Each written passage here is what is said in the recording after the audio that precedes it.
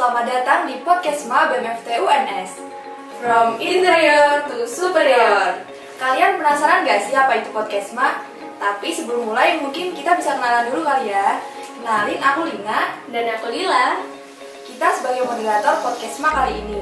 Nah, jadi di Podcastma ini akan memberikan informasi, cerita, preparation, serta pengalaman kepada mahasiswa teknik yang ingin berkecimpung di kegiatan yang ada selama perkuliahan. Di sini tentunya kita bersama narasumber yang keren-keren banget nih. Jadi harapannya sesuai tagline Podcastma ini nantinya bisa memberikan sudut pandang tersendiri dari orang yang telah berpengalaman serta menambah insight dan motivasi kepada mahasiswa teknik sehingga nantinya mereka bisa mengembangkan diri sesuai minat yang mereka gelutkan gitu. Nah, untuk kali ini Podcastma bakal ngebawain tema beasiswa. Penasaran beasiswanya apa aja? Untuk cari tahu jawabannya agak kurang kalau kita belum kenalan sama narasumbernya. Boleh dong kenalan Mbak sama Masnya? Oke, teman-teman, kenalin, aku Gia Safira Veta Angrini. Teman-teman biasa panggil aku Gia. Aku dari Teknik Kimia angkatan 2019. Oke, kenalin nama aku Pujanjus Maurits Kianu ya. Teman-teman bisa panggil aku Maurits. Aku dari Teknik Industri angkatan 2020. Boleh juga dibilangin dapat beasiswa apa? Oke, jadi aku adalah awardee beasiswa Jarum angkatan 37 atau di tahun 2021-2022. Kalau aku sendiri, aku awardee ISMA tahun 2022 atau batch kedua di University of Pace di Hungaria. Oke, karena kita udah kenal sama narasumber kita dengan beasiswa yang dapat masing-masing, gimana kalau kita langsung aja buat ngobrol-ngobrol nih. Tapi sebelumnya aku mau jelasin dulu konsepnya gimana. Nah, di depan aku sama Lina udah ada 6 kartu, dimana setiap kartu ada 2 pertanyaan yang bakal aku tanyain ke Mbak Gea dan Mas Maurits. Langsung aja ke kartu pertama. Buat pertanyaan ke-1, bagaimana sih cara mencari info-info beasiswa saat ini? Dari Mas-Mbak sendiri mungkin ada pandangan nih buat info-infonya. Kadang tuh kan ada mahasiswa yang pengen banget buat dapat beasiswa atau lagi nyari-nyari, cuman nggak tahu. Nah, itu gimana? Dari Mbak Gia dulu mungkin bisa. Dari aku dulu ya, Maurits ya. Jadi kalau aku itu cari info-info beasiswa itu dari Instagram, dari TikTok kayak gitu. Dan kebetulan waktu itu di tahun waktu aku masih mahasiswa baru ya istilahnya ya. Dari himpunan itu juga menyediakan namanya sosialisasi beasiswa. Mungkin kayak ini ya Podcastma ini ya, cuman dia dalam bentuk talk show. Kalau ini kan podcast, nah kayak gitu. Di situ menyediakan sosialisasi beasiswa dan kebetulan ada Jarum kayak gitu. Nah buat teman-teman mungkin kan sekarang benar-benar udah maju ya zaman ya, di sosial media banyak banget info-info beasiswa. Nah itu teman-teman kalau pengen, emang beneran pengen ya yang rajin aja scroll-scrollnya gitu. Oke, kalau dari Mas Maurits? Kalau dari aku sendiri, sebenarnya sih sama ya dari Instagram, TikTok kayak gitu. Tapi karena kemarin aku ISMA itu batch kedua, benar-benar baru tahun kedua, itu jadi awal mula aku tahu itu dari kakak tingkat aku. Jadi kakak tingkat aku itu dia story dia kayak belajar di luar negeri. Tapi aku dalam hati kayak kok lama banget dia sampai berbulan-bulan. Habis itu ada satu post dia nge-tag IG-nya ISMA. Ya udah aku mulai kepoin deh dari Instagram si ISMA itu tadi. Tapi emang sebelumnya pengen buat Iya, emang ada dalam aku sendiri ada niatan buat cari beasiswa pertukaran pelajar kayak gitu sih. Oke. Lanjut buat pertanyaan kedua ya. Apa masalah yang dihadapi atau kesulitan dalam mencari beasiswa? Jadi waktu Mas sama Mbak cari-cari beasiswa pasti ada tuh kan kayak masalahnya kayak gimana.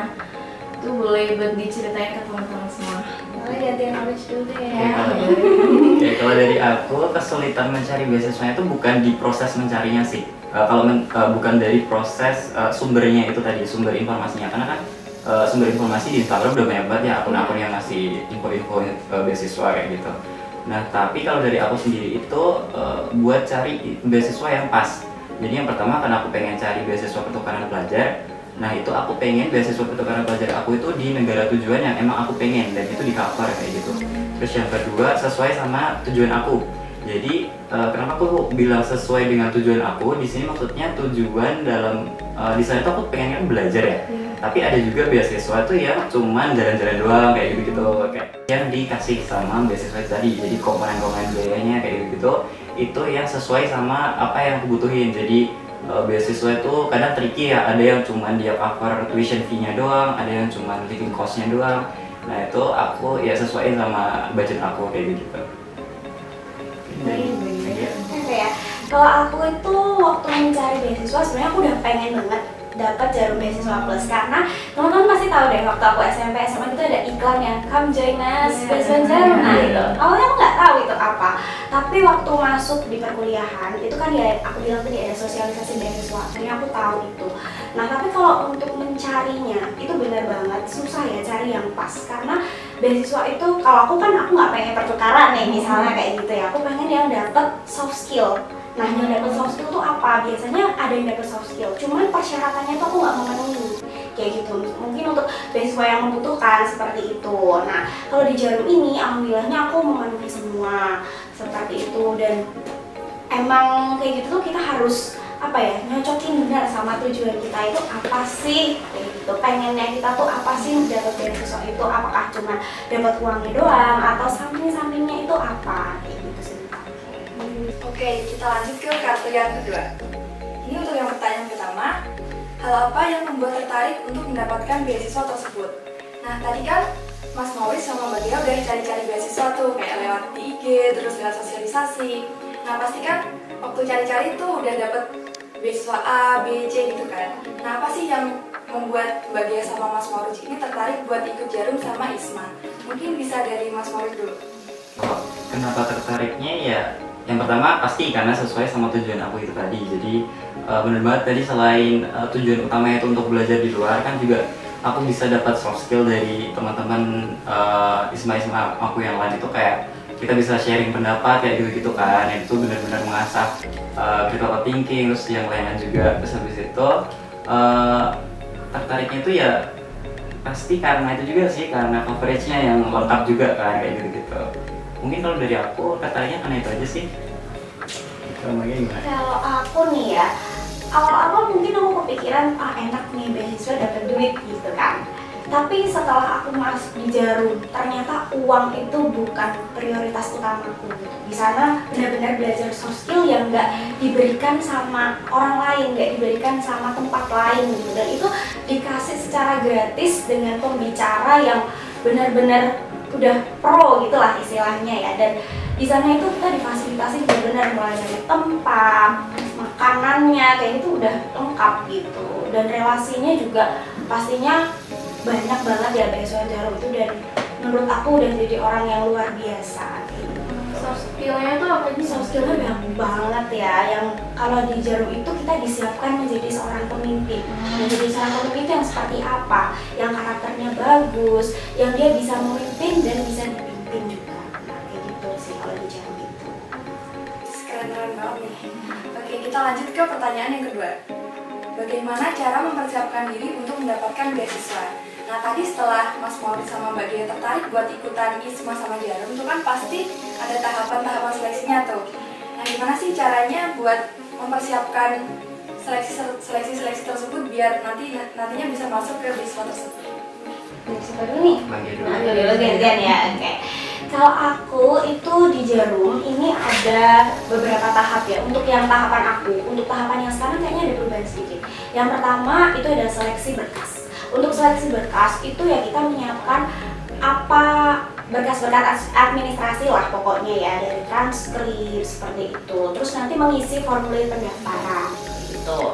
Terus habis itu yang kedua itu ada tes tulis. Kalau udah lolos seleksi berkas, nah itu semacam pengalaman. Jadi ada pengalaman organisasi, pengalaman menjadi volunteer, kayak gitu-gitu, sama pertanyaan-pertanyaan seputar dirimu dan seputar beasiswa gitu. Tapi nggak terlalu masuk banget sih yang tentang beasiswa, tentang dirimu lah.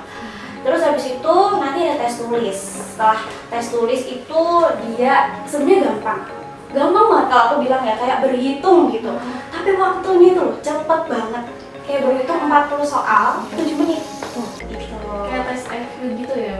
Tes apa ya? Tes psikotes. Kayak gitu, berhitung. Tapi berhitungannya kan gampang banget, dikurangin tuh bagian kayak gitu. Cuma nanti cepat. Sama menyusun puzzle yang pecah-pecah kayak gitu. Terus sama dia itu nanti ada tertarik, tidak tertarik, sesuai tidak sesuai sama diri kamu kayak gitu. Nah, yang benar-benar tricky ini ketika kamu udah masuk ke interview.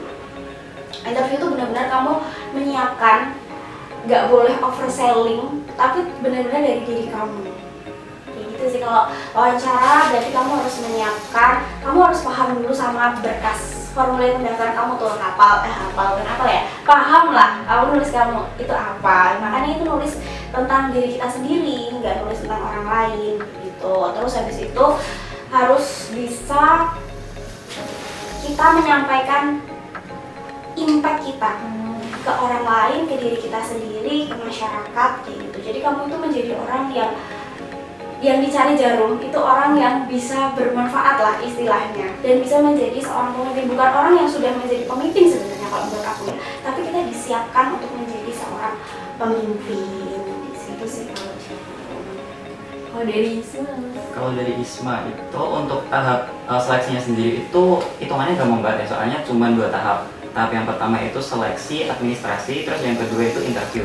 Nah untuk yang seleksi administrasinya ini ya seperti tadi ya, kita harus paham banget administrasi yang dibutuhin, berkas-berkas yang dibutuhin itu apa aja kayak gitu, karena emang I can say kalau itu tuh banyak banget dan itu emang melelahkan buat yang ngumpulin berkas kayak gitu ya Pak. Dan itu kalau salah dikit aja tuh ya udah fatal nanti itu. Terus habis itu di seleksi berkas ini juga ada seleksi, kita disuruh masukin English Proficiency Test atau tes kecakapan bahasa Inggris. Itu bisa pakai TOEFL, IELTS, Duolingo kayak gitu. Nah itu untuk prepare ininya sih yang lama, itu bisa sampai berbulan-bulan karena ya kalau kita mau ambil yang IELTS kan ya harganya mahal gitu kan ya. Jadi kayak kalau sekali tes terus habis itu nilainya di bawah standar dari ISMA-nya juga sayang juga gitu. Makanya tuh preparation untuk yang paling lama itu menurutku dari si bahasa Inggris ini tadi. Terus habis itu setelah selain bahasa Inggris tadi juga kita disuruh masukin esai. Nah di esai ini ada kalau di tahunku sama tahun ini itu ada 4 pertanyaan. Jadi kita tinggal jawab pertanyaan-pertanyaan itu. Tapi untuk menjawab pertanyaan ini benar tadi kata Mbak Gaya, kita harus tahu diri kita sendiri. Karena esai ini tadi akan nyambung ke interview. Jadi nanti di interview itu kita akan ditanyain cuma seputar si esai itu tadi. Jadi kayak nguplak di esainya itu tadi. Jadi kayak lebih menggali lagi kita di esainya itu kita ngomongin apa kayak gitu. Kalau sedikit saran tuh ya nulis esai itu juga jangan yang muluk-muluk. Yang penting sesuai sama diri kita lah kayak gitu. Tapi juga jangan sampai muluk-muluk kayak gitu.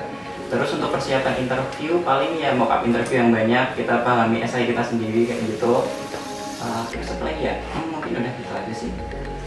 Karena hitungannya juga gampang, jadi nggak terlalu yang ribet banget. Oke, aku mau lanjut ke kartu ketiga ya. Nah, buat pertanyaannya, apa saja tantangan selama menjalani proses seleksi? Jadi habis nyiapin buat tahap-tahap seleksinya tadi, kan terus ke proses seleksinya, nah di situ ada nggak sih dari Mas sama Mbaknya kayak ngerasain ada tantangan yang harus dilakuin, dan mungkin gimana sih cara Mas Mbak buat ngadepin tantangan yang boleh di-sharing juga ke teman-teman?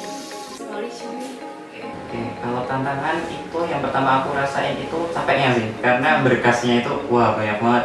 Dan kalau dari UNS itu sendiri buat dapetin satu berkas aja itu bisa kayak butuh berhari-hari gitu, karena kita harus minta dari rekomendasi Kaprodi, terus habis itu kita lanjut ke FT kayak gitu, ke fakultas, terus baru kita masukin ke international office kayak gitu. Nah itu prosesnya tuh bisa memakan berhari-hari, dan itu yang mungkin tantangannya di situ karena memakan waktu. Terus untuk solusinya sendiri ya berarti ngurusnya jauh-jauh hari lah ya, dan jangan mepet-mepet deadline kayak gitu. Terus tantangan lainnya itu untuk prepare bahasa Inggrisnya, karena ya siapa sih yang nggak kesusahan belajar bahasa Inggris yang sesuai standarnya yang diminta sama ISMA kayak gitu. Terus udah sih menurutku itu aja sama kesulitan yang paling kentara sih tanya.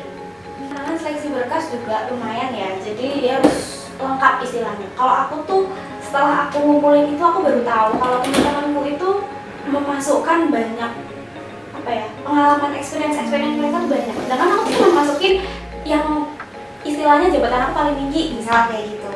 Tapi alhamdulillahnya aku bisa masuk. Nah di situ aku mikir, oh berarti ini yang penting tuh lengkap gitu, yang penting lengkap.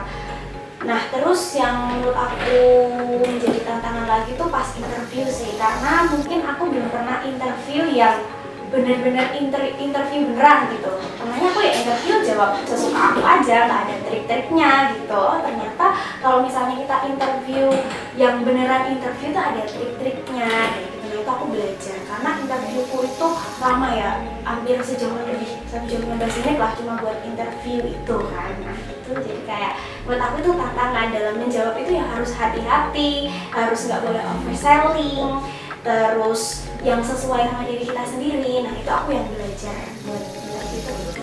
Triknya apa tuh tadi Mbak? Oke, triknya ya kalau di Jarum dia itu pokoknya mencari orang yang dia itu berimpact seperti yang aku bilang tadi. Nah itu triknya ada STAR. Kalau aku ya STAR, situation. Jadi kita ceritakan situasi kita saat itu. Habis itu T-nya itu task. Jadi tugas kita tuh apa sih di situ? Setelah itu A-nya itu action. Kita lakuin apa? Udah kita udah ada situasi, ada tugas, apa sih yang kita lakuin di situ? R-nya itu result. Hasilnya itu seperti apa? Apakah hasil yang kamu dapat itu lebih besar dari action kamu atau ternyata lebih kecil? Ataukah sama? Nah, itu di situ. Dan apakah itu berguna buat orang lain? Apakah nggak berguna? Cuman gitu-gitu aja? Nah, itu di situ triknya. Oke, sekarang kita mungkin lanjut ke kartu keempat. Untuk yang pertanyaan pertama, challenge selama dapat beasiswa ini apa aja sih? Nah mungkin dari Mas Moris dulu nih, selama dapat beasiswa ISMA ke luar negeri ini tantangannya di luar negeri apa aja Mas? Ya, berarti tantangan waktu menjalani programnya gitu. Iya. Oke, jadi karena di luar negeri ya, dan kalau aku pribadi ini pengalaman pertama aku merantau. Jadi aku nggak pernah kan ngekos gitu ya, karena aku tahu sendiri aku di Solo terus kan. Nah jadi ini pengalaman pertama aku merantau ya, otomatis susah lah ya, kita biasanya bangun tidur udah disiapin makan. Adaptasinya itu yang cukup memakan waktu sih, apalagi di negara tujuan aku di Hungaria itu kan juga termasuk 4 musim. Itu adaptasinya tuh nggak cuma adaptasi kebiasaan juga, tapi adaptasi sama cuaca di sana, karena dinginnya tuh minta ampun. Jadi kayak wah itu harus prepare baju juga kayak gitu.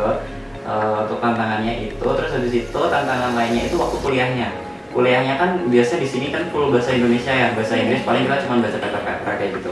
Nah di sana kita full bahasa Inggris semuanya, jadi kayak jadi ini sebuah pengalaman baru. Jadi aku kalau nggak bisa ngikutin ya wah aku sendiri yang rugi kan. Jadi aku tantangannya di situ. Terus habis itu tapi sebelum aku sebenarnya udah tahu tuh tantangan kalau bahasa Inggris itu jadi yang tantangan paling kerasa buat aku gitu kan. Jadi sebelum itu aku kayak jauh-jauh sebelum hari itu, sebelum berangkat itu aku udah kayak tuntasin nonton film-film bahasa Inggris ya kayak gitu. Belajarnya dari film-film bahasa Inggris ya, karena listening aku tuh kayak ya susah aja gitu kalau ngedenger logat-logat orang bahasa Inggris yang banyak banget gitu kan. Nah itu aku mulai biasain buat denger orang ngomong bahasa Inggris, terus juga pakai captionnya, pakai subtitlenya itu bahasa Inggris kayak gitu-gitu buat belajar juga. Dan ya puji Tuhan bisa survive lah di sana sampai 5 bulan ya. Iya. Oke, mungkin lanjut ke Mbak Gia nih. Selama dapat beasiswa Jarum ini tantangannya apa aja sih Mbak? Tantangannya karena aku online. Jadi kan Jarum itu dia soft skill kan sebenarnya. Nah itu tuh di sana banyak acara, dia mengadakan banyak acara. Misalnya nih karakter building. Nah itu dia acaranya kayak outbound, tapi untuk membonding orang-orang membentuk karakter kayak gitu. Nah aku nggak dapet itu karena online gimana masa mau outbound sendiri kan yang nggak mungkin kan. Terus yang kedua tuh leadership development kayak gitu. Nah kalau untuk acara offline-nya kebetulan aku ikut karena aku jadi LO-nya waktu di tahun ini. Di tahun kemarin aku dapetnya tuh secara online. Bener-bener full aku natap laptop tuh 2 hari dari pagi sampai sore. Nah itu menurutku kayak ya ampun, harusnya aku bisa dapet ini secara langsung yang beneran ketemu sama orangnya, ngobrol sama orangnya, di hotel ketemu teman-teman aku gitu. Nah itu sih, terus kayak nation building, ada salah satu programnya Jarum. Nation building itu dia ketemu sama seluruh beasiswa Jarum se-Indonesia gitu kan. Nah itu aku dapetin juga secara online gitu loh, dengan menatap laptop kayak gitu. Nah itu yang menurut aku sangat challenge ya buat aku, itu aja sih ya. Oke, lanjut ke pertanyaan kedua. Apa saja benefit yang didapatkan sejak mendapatkan beasiswa? Mungkin bisa dari Mas Maurice dulu nih. Kayak ke luar negeri ini manfaatnya bisa dapat apa aja sih Mas? Oke, kalau manfaatnya yang pertama pastilah bisa belajar di luar negeri, ya nyicipin belajar di luar negeri gitu. Terutama kalau ada yang punya target S2 di luar negeri gitu, ya hitung-hitung ini buat simulasinya gitu lah ya, 21 semester di luar negeri gitu. Terus manfaat lainnya itu pasti adaptasi sih, kalau aku kemampuan adaptasi di apa ya, environment yang benar-benar apa, cakep-cakep gitu lah istilahnya. Terus kita harus bisa adaptasi dengan cepat kayak gitu, terus juga kita harus apa namanya, fast response, apa sih namanya, quick response kayak gitu. Kita harus kayak ada masalah gitu, kita juga harus respon dengan cepat kayak gitu. Terus habis itu selain itu juga soft skill pastinya, karena di sana gitu kita juga ada challenge-nya itu maksudnya kayak sebuah program kerja, kita dituntut membuat sebuah program kerja kayak gitu. Nah di program kerja ini tadi kita bekerja sama sesama awardee itu. Nah di sesama awardee ini kita bisa saling bertukar pendapat kayak gitu. Nah dari situ kita bisa ningkatin soft skill kita, dibuat berani bicara di depan umum kayak gitu. Terus juga kemarin aku pengalaman jadi MC pertama kali, aku jadi MC offline itu waktu di acara itu tadi. Jadi itu benar-benar nambah apa ya, pengalaman aku banget buat jadi percaya diri di depan umum kayak gitu. Terus apa lagi ya, mungkin itu aja sih kalau yang paling kentara sih kitanya.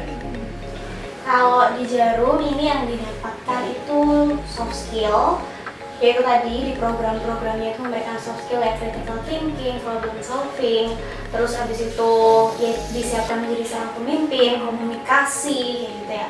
Terus relasi itu penting banget menurut aku, karena relasinya itu aku kemarin nggak cuma kenal sama teman-temanku satu angkatan aja, tapi aku juga kenal sama pihak Jarum Foundation, aku kenal juga sama alumni-alumni. Jadi pernah ada acara juga nih di Jarum, acaranya Dream Fest. Itu tuh acara alumni beasiswa Jarum semuanya, jadi dari mana-mana tuh ada gitu. Kebetulan aku ikut dan itu seru banget gitu.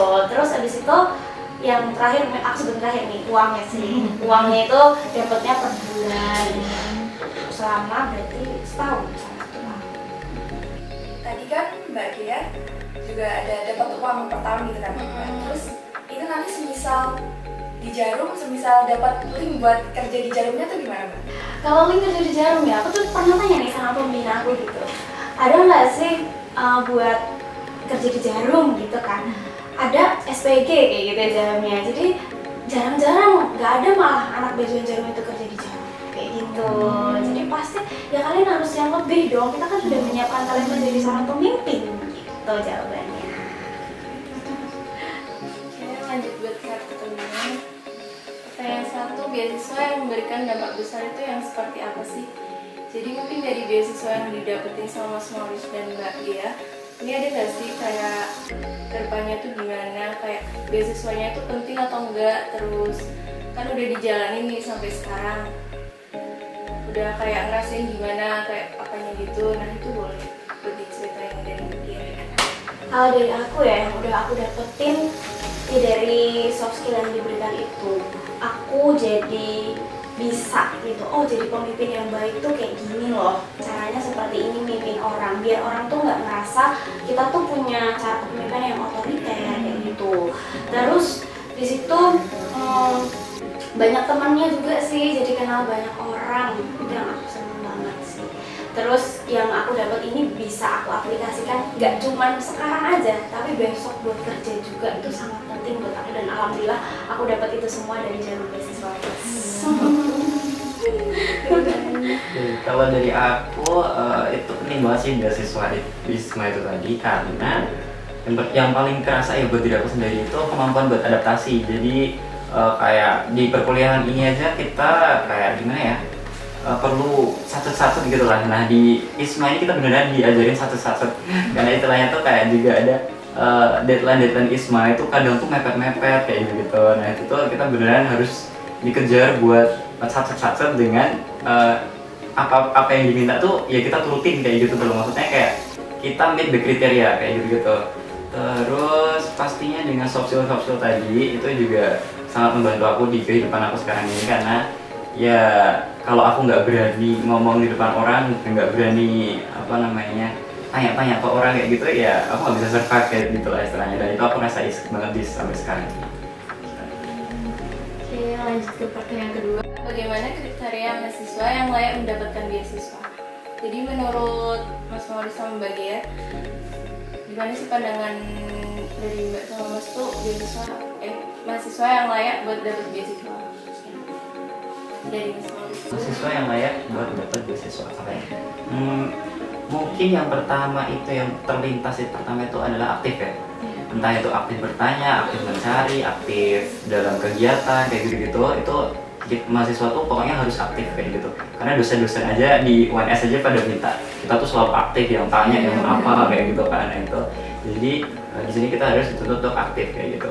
Karena juga waktu aku kuliah di sana juga itu sistem belajar di sana itu kayak lebih ke diskusi. Jadi kalau kitanya tuh nggak aktif diskusi, nggak aktif tanya kayak gitu ya kita juga bakal ketinggalan sama teman-teman yang lain, teman-teman internasional yang lain gitu. Jadi yang menurut aku paling kerasa itu harus aktif kayak gitu. Itu aja sih ada. Kalau dari aku, semua mahasiswa itu sebenarnya berhak untuk mendapat beasiswa dan dia itu mampu untuk mendapatkan beasiswa. Tapi dari diri mereka sendiri itu mau atau enggak, itu sih yang penting. Karena kalau misalnya kita itu mencoba, kita masih punya peluang 50% berhasil, 50% gagal. Tapi kalau kita nggak mencoba, kita punya peluang 100% buat gagal. Jadi harus mau mencoba.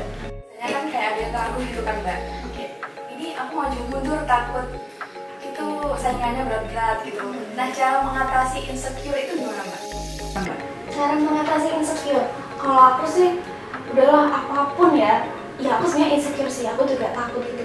Ya itu tadi, aku pikir kalau aku nggak nyoba berarti aku nggak punya peluang berhasil sama sekali gitu. Tapi aku kalau nyoba ya udah, kalau gagal berarti emang bukan takdirnya gitu. Kalau misalnya aku berhasil ya berarti itu adalah takdirnya aku nih masuk ke sini, dan aku nggak nyesel karena aku udah nyoba, aku udah berusaha semaksimalnya aku.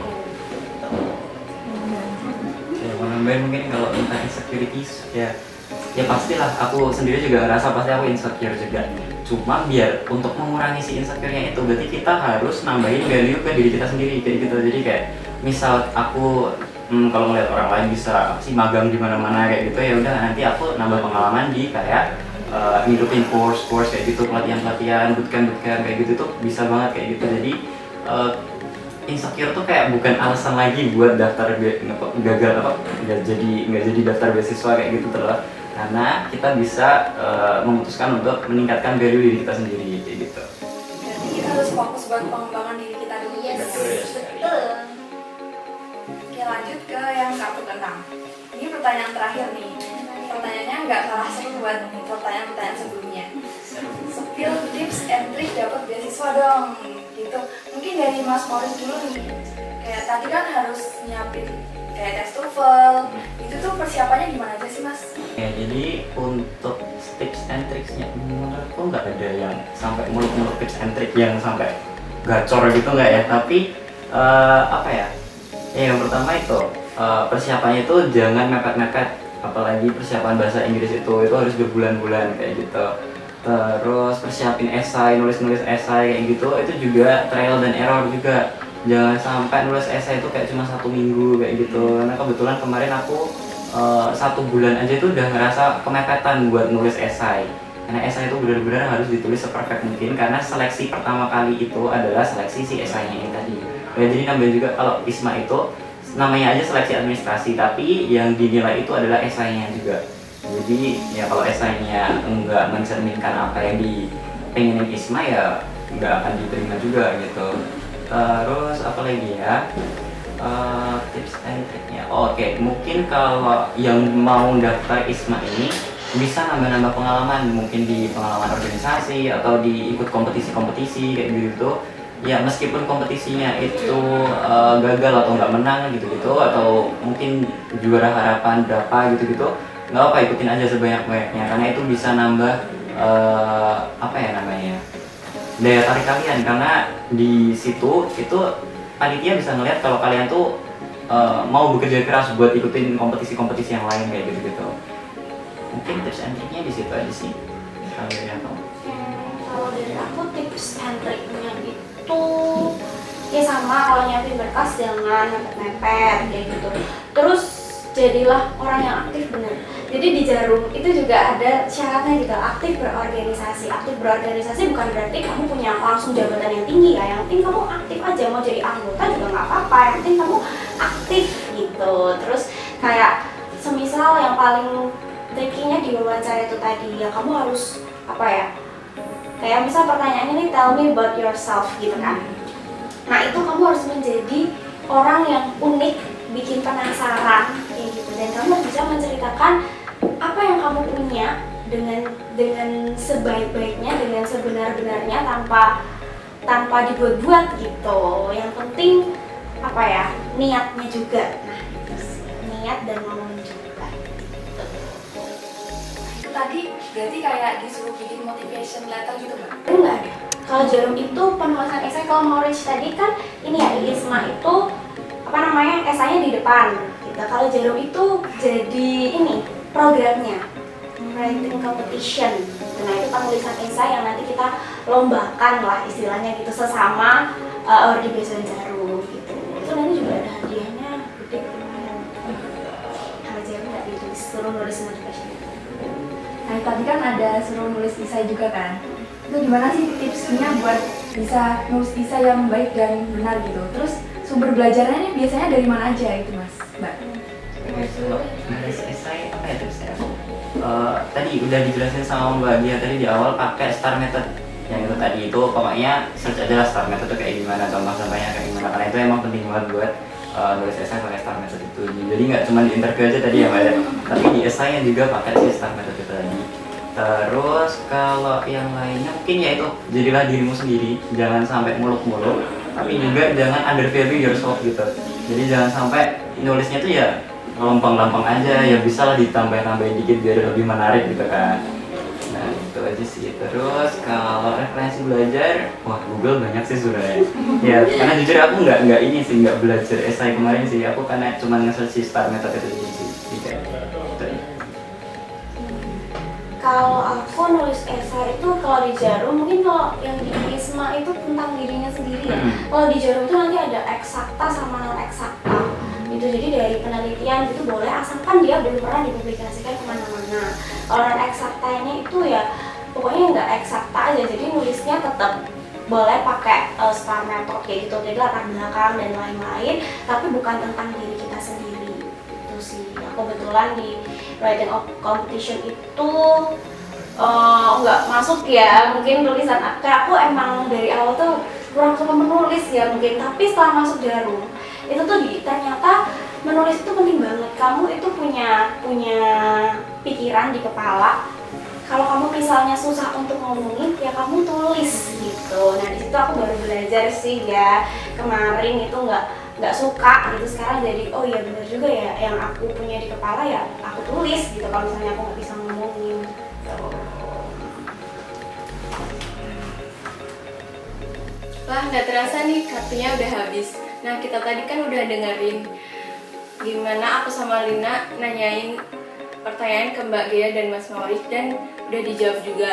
Ceritanya sangat menginspirasi banget. Harapannya semoga apa yang aku sama Lina obrolin di sini dan Mbak Gea juga dan Mas Maurice bisa membantu pendengar, khususnya buat teman-teman teknik. Kalau dari Mas Maurice dan Mbak Gea sendiri, ada nggak sih closing statement buat teman-teman?